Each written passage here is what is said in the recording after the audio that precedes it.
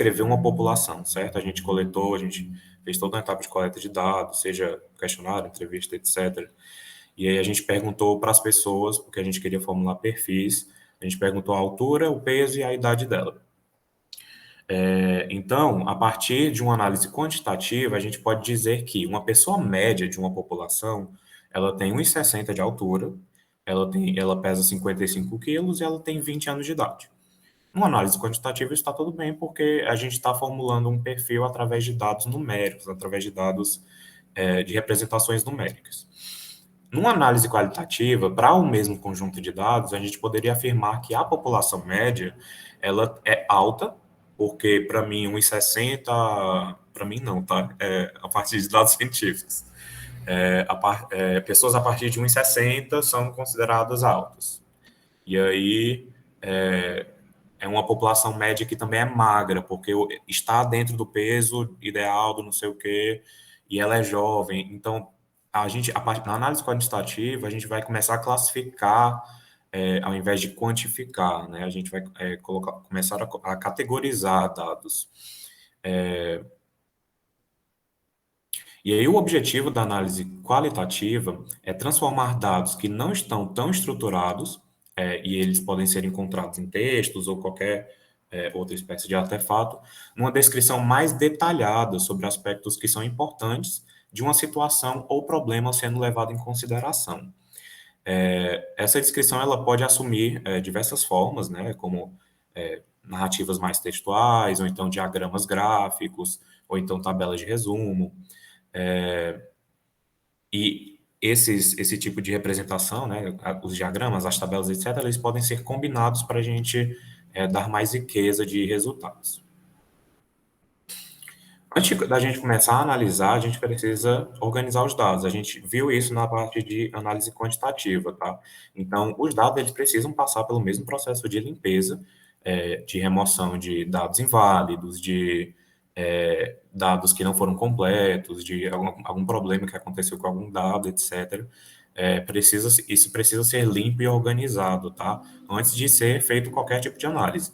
E, além dessa limpeza de dados, alguns tipos de métodos vão passar por uma etapa a mais de processamento, tá? Então, por exemplo, quando a gente trabalha com entrevistas, que vai ser o foco da análise de conteúdo depois, além dessa limpeza inicial dos dados, a gente precisa fazer a transcrição das gravações, tá? Quando a gente geralmente faz entrevista, a gente grava áudio, então vídeo é mais intrusivo, mas ainda assim existem gravações de vídeo.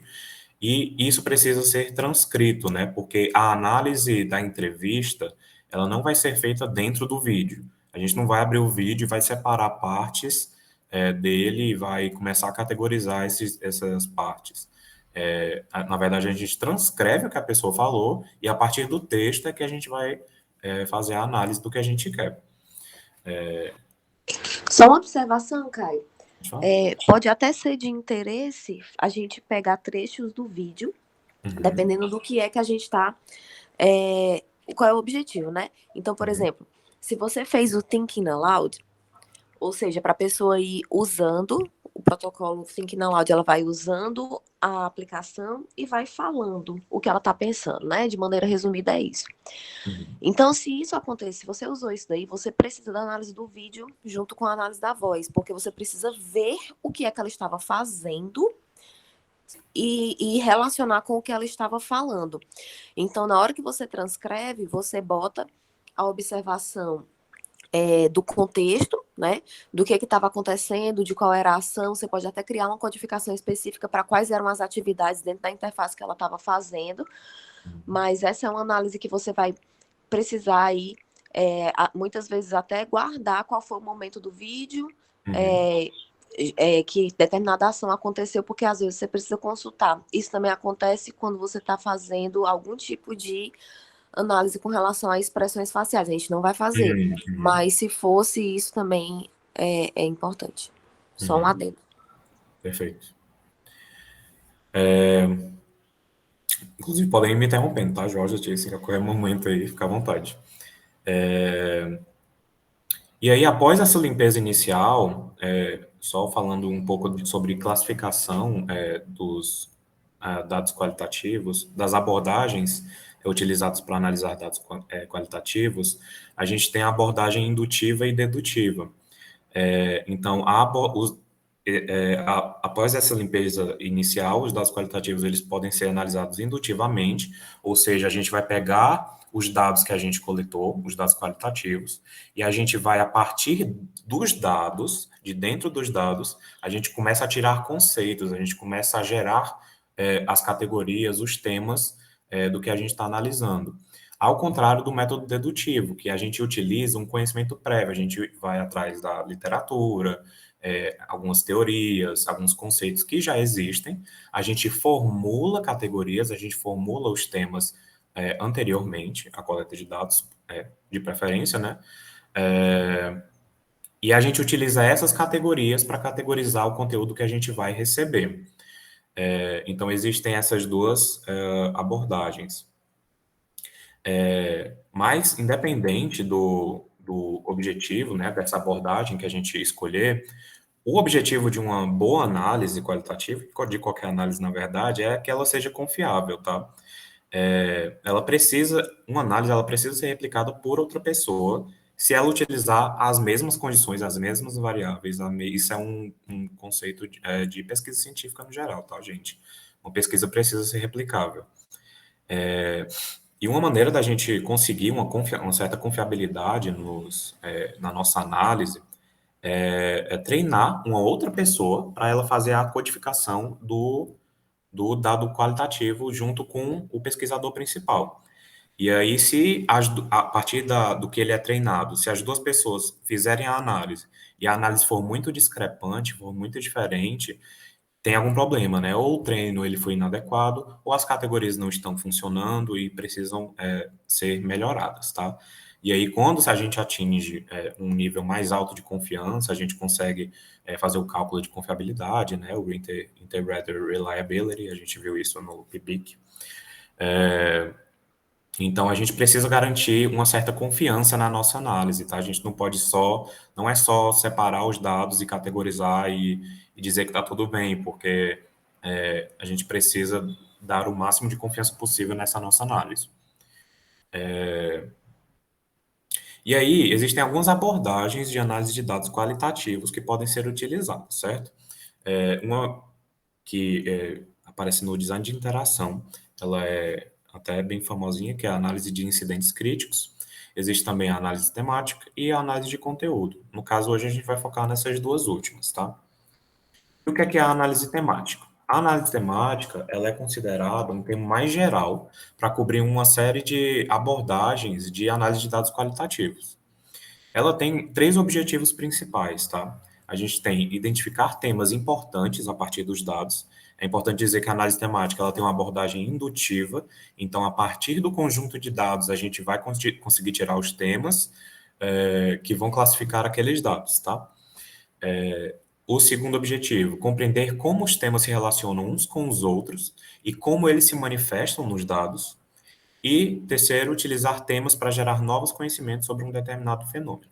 Um ponto de importância aqui é a questão da relação entre temas, tá? Existe aqui uma comparação maior do que na análise de conteúdo, a gente vai ver isso depois. Mas o que é um tema, né? Um tema ele vai representar um padrão de algum tipo. Então, pode ser um tópico ou uma característica que seja particular daquele dado, daquele conjunto de dados. É um ponto que ele é considerado importante, ou então ele é inesperado, ou então ele é relevante. Então, você vai, lógico que na análise qualitativa exige muita leitura do que está sendo analisado, tudo mais. A gente precisa se debruçar mesmo, e a partir do que a gente enxergar ali, lógico, se for uma abordagem indutiva, né, como é a análise temática, a gente vai tirar tópicos que se repitam, né, são padrões, eles se repetem, eles são importantes para o objetivo da minha pesquisa, ou então eles são importantes dentro daquele grupo de dados. Então, isso é que é considerado um tema dentro da análise temática. E aí um tema ele pode ser de diferentes aspectos, tá? Eles podem representar comportamentos, eles podem ser de situações, de lugares. Não existe uma regra exatamente, tá? Eles só mesmo são pontos relacionados ao objetivo da pesquisa e ao conjunto de dados que foi coletado, mas eles podem ser de diversas formas. E aí, uma vez que os temas eles são identificados, é comum, depois que eles são identificados, a gente dá um passo meio que para trás para enxergar o todo, né? A gente precisa ter um panorama geral. E aí é que começam a surgir algumas perguntas. Os temas eles são muito diferentes. Aqui, esse conjunto de dados aqui que a gente encontrou, a gente tirou os temas, tudo mais. Eles têm alguma relação? Existe um tema que se sobrepõe a eles? Algum desses temas se contradizem? Esse tema é realmente relevante? Então, existe muito aqui na análise temática essa questão comparativa, tá?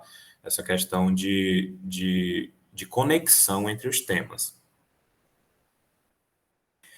E aí, uma técnica que é muito comum para se explorar dentro da análise temática é o diagrama de afinidade, certo? Então, a partir do que a gente identificou temas, a gente começa a procurar meio que os agrupamentos, né? A gente começa a visualmente organizar aquelas ideias, e começar a montar umas estruturas. Então, aqui a gente tem um exemplo de. Oi, poxa, o que foi? Eita, poxa. Eu queria dar zoom aí, não deu certo. Mas são stick notes mesmo, e aí você anota o tema que foi levantado, aí começa a anotar trechos de entrevistas, por exemplo, a gente começa a organizar, a visualmente levar os trechos para aquele tema. Aí aquele tema, na verdade, está relacionado com esse outro aqui, então a gente aproxima. Então é uma abordagem bem física e bem visual também de organizar, de fazer uma análise mais temática, assim, do que a gente está analisando. E da análise de conteúdo?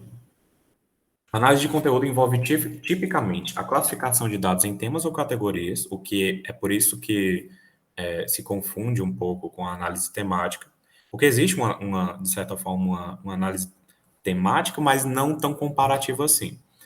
É mais mesmo a parte de classificação daqueles dados, de categorizar e tudo mais. E ele é seguido de um estudo de frequência de ocorrência de categoria, tá?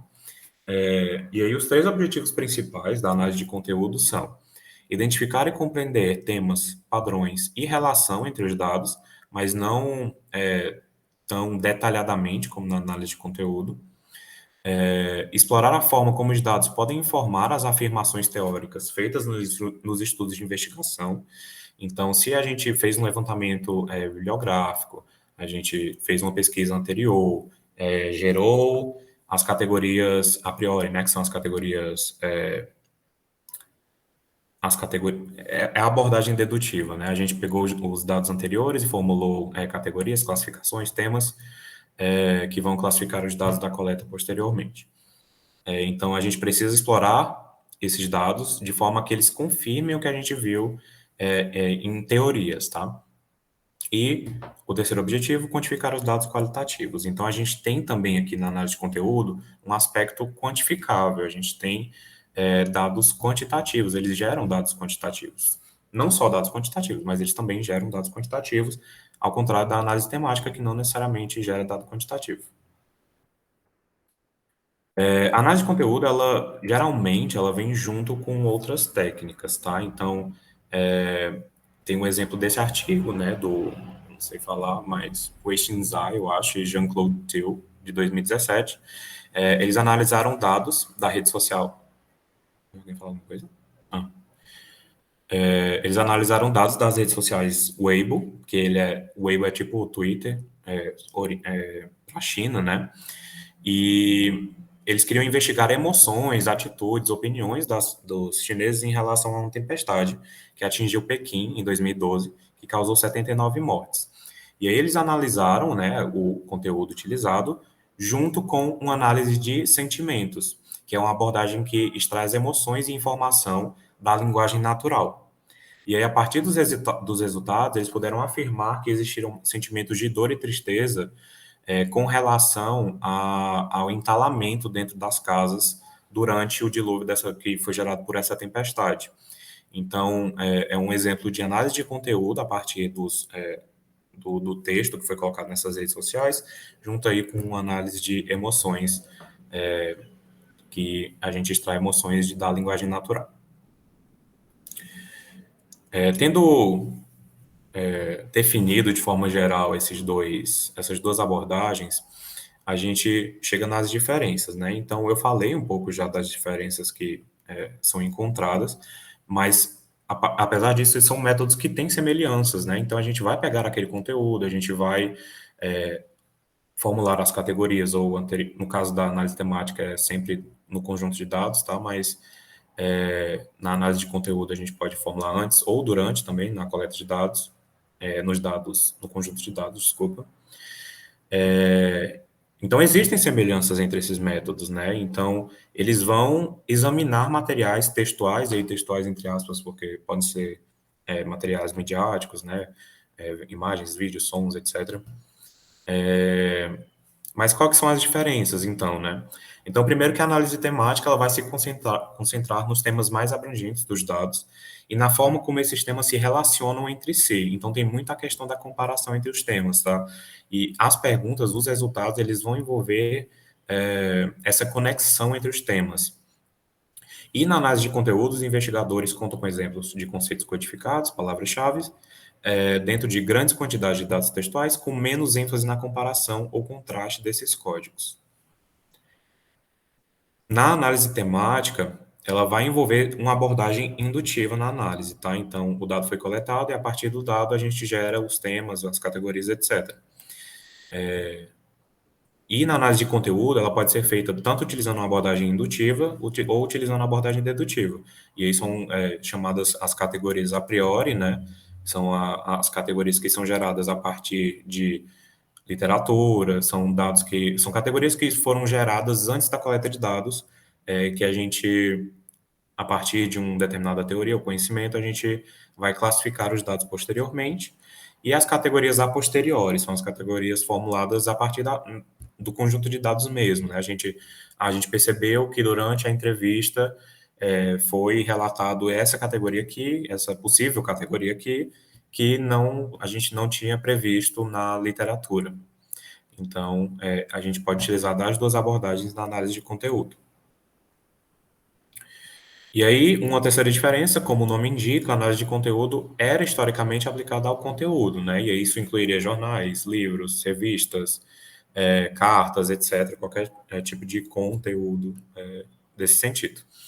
E aí os dados para análise temática, na verdade, eles são mais comumente recolhidos diretamente pelo investigador, tá?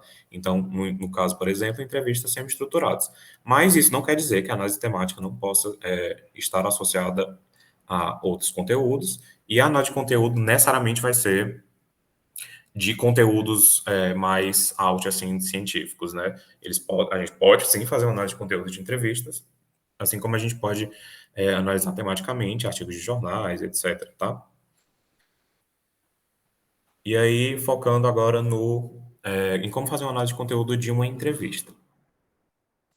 E aí, segundo Bardan é uma pesquisadora bem famosa, principalmente na América Latina.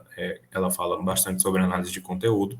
Ela vai apresentar 3 fases para análise de conteúdo, tá? E aí, não necessariamente uma entrevista, mas para análise de conteúdo geral. Então, existe a pré-análise, formulada pelos pontos de leitura flutuante, a escolha dos documentos, a formulação e reformulação de objetivos, a formulação de hipóteses e indicadores. Na exploração do material, é de fato onde existe a codificação, existe a categorização daquele material que está sendo analisado, e o tratamento dos resultados, né, que é de fato a inferência, a interpretação daqueles resultados. E aí, na etapa de pré-análise, a gente tem, destrinchando um pouco mais os pontos, né? Então, a gente tem ali na escolha de documentos, que materiais vão ser analisados, as entrevistas, as respostas dos questionários, os artigos, é um programa de televisão, é um vídeo do YouTube, eles vão constituir o que a Bartan chama de corpus, né? Existe a formulação das hipóteses dos objetivos, então vai explicitar mais as dimensões e as direções da análise, e existe a elaboração de indicadores e preparação do material. Na exploração, na etapa 2, que é a exploração do material, existe a definição das categorias e a classificação daqueles dados, tá? E aí, como eu falei, as categorias podem ser a priori ou posteriori. E por último, o tratamento dos resultados, né? Então, eles devem ser tratados de forma a serem significativos e válidos. E aí podem ser utilizados aqui operações estatísticas simples, como percentagens, ou mais complexas, análises fatoriais. Elas podem ser representadas através de quadros, de diagramas, de figuras, de modelos, que vão condensar aquele conjunto de informação que foi resultante dessa etapa de análise de conteúdo. E o caso de exemplo que eu utilizei nessa etapa, tá? São dados de entrevista, na verdade, são dados de entrevistas de uma pesquisa que realmente existe, só dei uma adaptada leve em algumas partes. Mas, enfim, o caso de exemplo são dados de entrevistas com alunos de estágio com pesquisa e ensino de biologia. O objetivo dessa pesquisa é identificar características relevantes sobre ser um professor pesquisador de acordo com esses alunos, né, de acordo com os alunos de estágio com pesquisa. Então, aqui a gente está bem afunilado, né, a gente tem que identificar as características de acordo com aquele público-alvo, né, que são os alunos de estágio com pesquisa, do que é ser um professor pesquisador. E aí, para isso, foi perguntado para esses alunos o que é ser um professor pesquisador. Isso é só um exemplo básico, tá, gente? Na verdade, a pesquisa é bem mais extensa, mas para exemplificar, eu coloquei essa pergunta em específico. E aí, na etapa de pré-análise, tá? Foram coletadas 45 entrevistas, as categorias elas foram formuladas a posteriori. Então, a partir dessas entrevistas coletadas, é que eles começaram a levantar categorias, levantar temas que fossem classificar aqueles dados. E aí, nesse processo inicial, existe toda aquela etapa que a gente já conversou, né? Existe a limpeza dos dados, então foram removidos resultados irrelevantes, resultados incoerentes, resultados que apresentaram algum problema de alguma forma, etc. E depois esses dados foram organizados. Existe a transcrição das entrevistas, claro, né? Porque foram gravados os áudios dessas entrevistas e elas precisam ser transcritas para ser analisado, para ficar mais claro para a gente analisar os dados que foram ditos, etc. E foi realizada uma leitura flutuante, né? Então, a leitura flutuante é esse primeiro contato que a gente tem com os dados. Então, a partir da transcrição, a gente vai começar a ler as entrevistas, vai ler, e vai começar a anotar coisas, né? Então, como aqui as categorias elas são a posteriori, a gente pode começar a levantar, ei, isso aqui pode ser um possível tema, isso aqui pode ser uma categoria, porque está apresentando aqui e aqui. Então, a gente começa a ler aqueles dados e começa a formular algumas ideias, algumas hipóteses que podem ou não ser confirmadas, tá? Quando vocês forem fechar, de fato, as categorias daquela análise. Então, aqui alguns exemplos, tá? Dessa pré-análise, depois da transcrição das entrevistas. Então, a gente tinha que o aluno 1 falou o seguinte: ser um professor pesquisador é aquele que apresenta um olhar investigativo sobre sua própria prática pedagógica. Uma outra pessoa falou: é um professor que, além de ser um professor regular, também realiza pesquisa na área de educação, seja estudando estratégias e metodologias, como também aprendizagem, como se dá, motivação e etc. Uma terceira pessoa falou que é um profissional que, tendo se formado na licenciatura, aplica seu conhecimento para analisar de forma crítica o ensino, educação, à realidade atual. Mais exemplos. Ser um professor pesquisador é ser um docente de ensino superior que faz pesquisa, bem sucinto. Ser um professor pesquisador é aquele que possui um olhar crítico acerca de sua prática e através de pesquisas aplicadas por si no próprio ambiente escolar no qual está inserido. E a última pessoa falou que ser um professor pesquisador é o professor que vai analisar os processos de ensino e aprendizagem, identificando possíveis aspectos que influenciam no aprendizado. Aqui são só 6 exemplos, tá, do que foi coletado por eles. Na verdade, foram 45 entrevistas, como eu falei. Mas percebam que aqui a gente meio que destaca os pontos que são importantes, que podem representar uma categoria, tá? Então, aqui nesses resultados, nas transcrições, a gente consegue já ver alguns temas que se misturam, algumas opiniões que são parecidas. Então, nessa etapa de leitura flutuante, né, que é essa etapa de primeiro contato, é isso que a gente vai fazer. A gente vai ler esses dados e vai começar a anotar padrões, a gente vai começar a tirar os temas, dependendo da abordagem escolhida para análise de conteúdo. É, ou então, se já tiver os temas postulados anteriormente, a gente começa a identificar, aqui está relacionado com aquele tema. Então, é mais ou menos nessa etapa de pré-análise, tá? E uma coisa que pode ter também, gente, é uma abordagem mista, tá? A gente pode partir Uhum, de um conjunto pré-definido uhum, que a gente identificou na literatura de categorias, como diz o Caio, por exemplo. Vamos imaginar que a gente está fazendo uma análise de conteúdo em cima de um conjunto de transcrições de vídeos de teste de usabilidade. Então, se a gente está fazendo em cima de um teste de usabilidade, a gente tem o objetivo de identificar problemas de usabilidade, a gente pode de cara partir de uma categorização de problemas de usabilidade.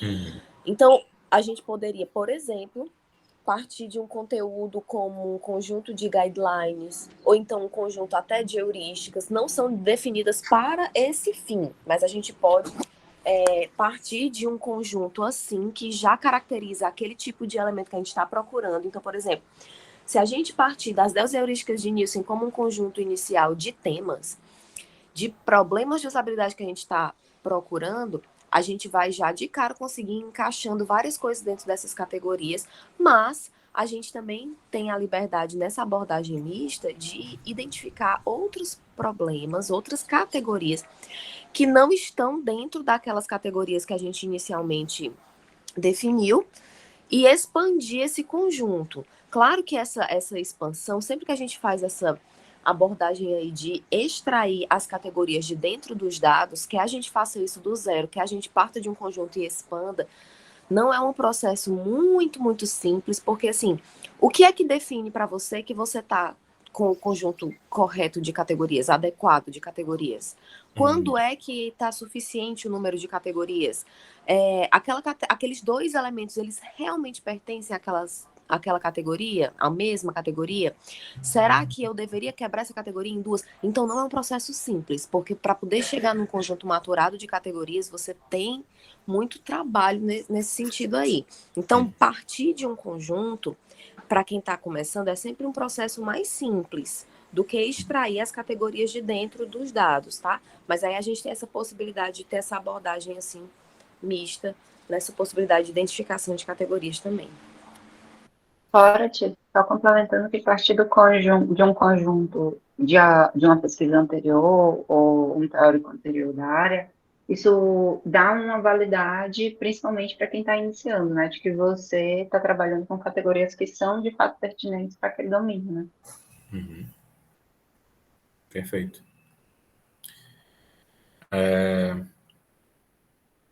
Tá. Spoiler. Então, pronto. Então, finalizando essa etapa de leitura flutuante, essas primeiras anotações, né, a gente começa a etapa 2 de exploração do material.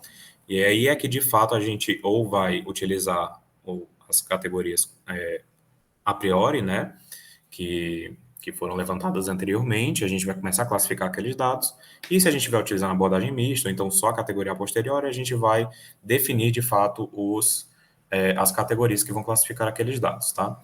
Então, nos exemplos que eu mostrei anteriormente, a gente começa a agrupar dados. Óbvio que nos exemplos que eu utilizei, eles são uma amostra muito pequena, tá? Lógico que poderia ter pontos em comum nessa amostra pequena, mas em termos de diferença de dados, existe muita diferença de uma resposta para outra. Um é um olhar mais investigativo, o outro ele realiza pesquisa na área de educação. Então, o ideal é que tenham. Eu não posso. Não vou dizer que eu não posso. Vocês podem me corrigir, Tice e Jorge. Mas gerar uma categoria só porque uma pessoa falou, tá errado, né? Então, o ideal é que tenham mais respostas, um volume de dados maior, para que eu possa afirmar que aquilo ali, de fato, é um agrupador, é algo que classifica os dados. Isso. Isso, você precisa ter uma coisa que você vai fazer quando você estiver fazendo essa análise, não sei se tu vai falar sobre isso ainda, com certeza vai, são as unidades de conteúdo, né? Então, as unidades de conteúdo é tudo aquilo que é relevante para o que você está pesquisando, para categorizar. São os trechinhos de dentro do texto que você vai categorizar nas categorias que você está usando. Então, para que você tenha uma categoria, você tem que ter um conjuntinho de unidades de conteúdo que vão ali dentro. Cada categoria, ela tem um nome e ela tem um descritor. Você vai descrever aquela categoria para poder todo mundo que está participando, ter uma mesma noção do que é que significa uma coisa que vai ali dentro daquela categoria.